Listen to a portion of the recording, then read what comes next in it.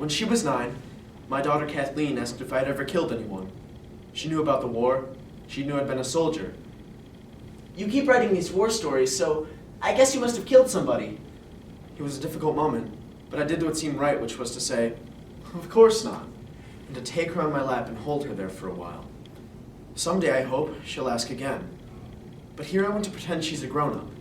I want to tell her exactly what happened, or what I remember happening, and then I want to say to her that as a little girl, she was absolutely right. This is why I keep writing war stories. Tim O'Brien was born in 1946, the year after the end of World War II. At the age of 23, he was drafted to serve the U.S. military in the Vietnam War. Now, he writes war stories and memoirs reflective of his time on duty. In his writing, O'Brien creates a distinction between story truth and happening truth. In war, it is often hard for soldiers to remember exactly what happened, how it happened, and what order it happened in.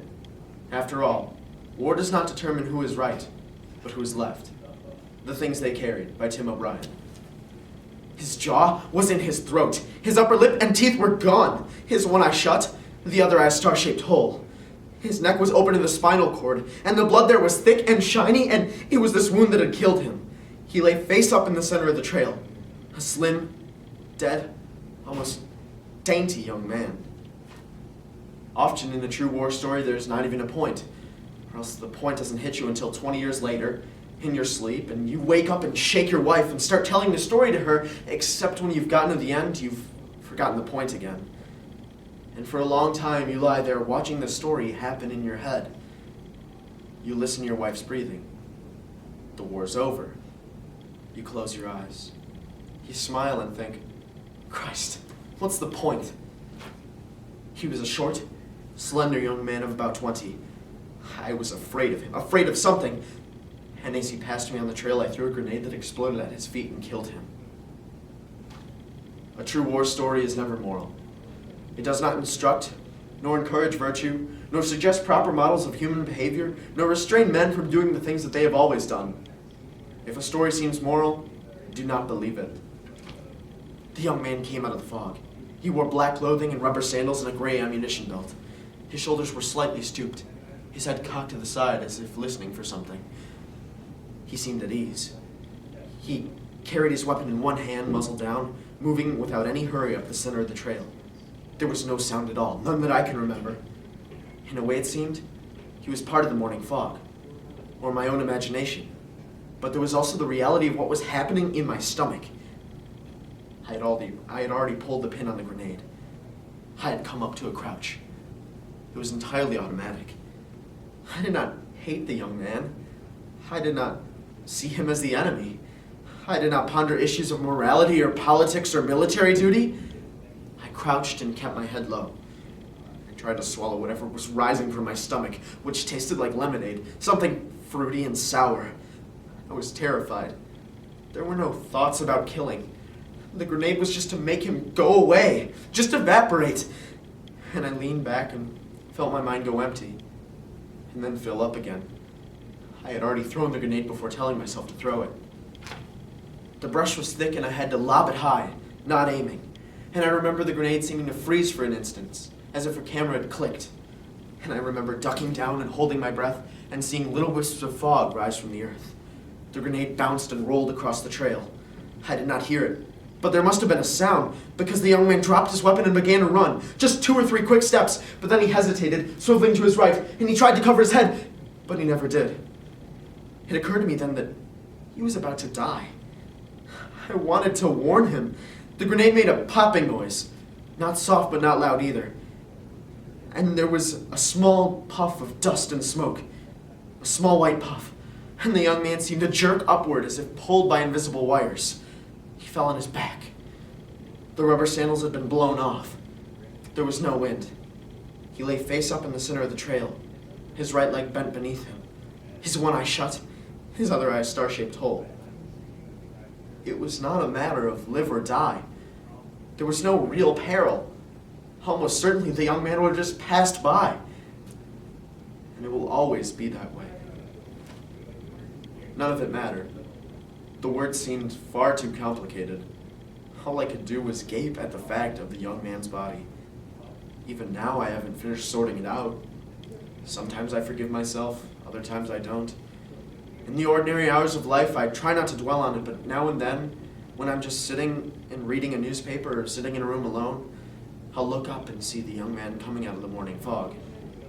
I'll watch him walk towards me, his shoulders slightly stooped, his head cocked to the side as if listening for something.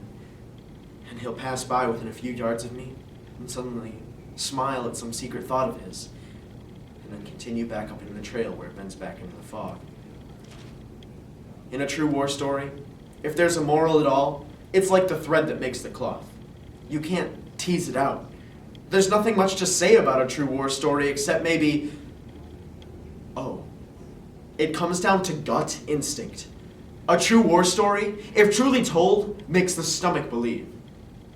It can be argued that war is grotesque, but in truth, war is also beauty. For all its horror, you can't help but gape at the awful majesty of combat. You hate it, yes, but your eyes do not. Like a killer forest fire, like a cancer under a microscope, any battle or bombing raid or artillery barrage has the aesthetic purity of absolute moral indifference. A powerful, implacable beauty.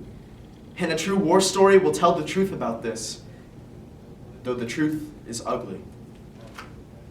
He had been born maybe in 1946 near the village of Maikee, near the central coastline of the Kangnai province, where his parents farmed, where his family had lived for several centuries.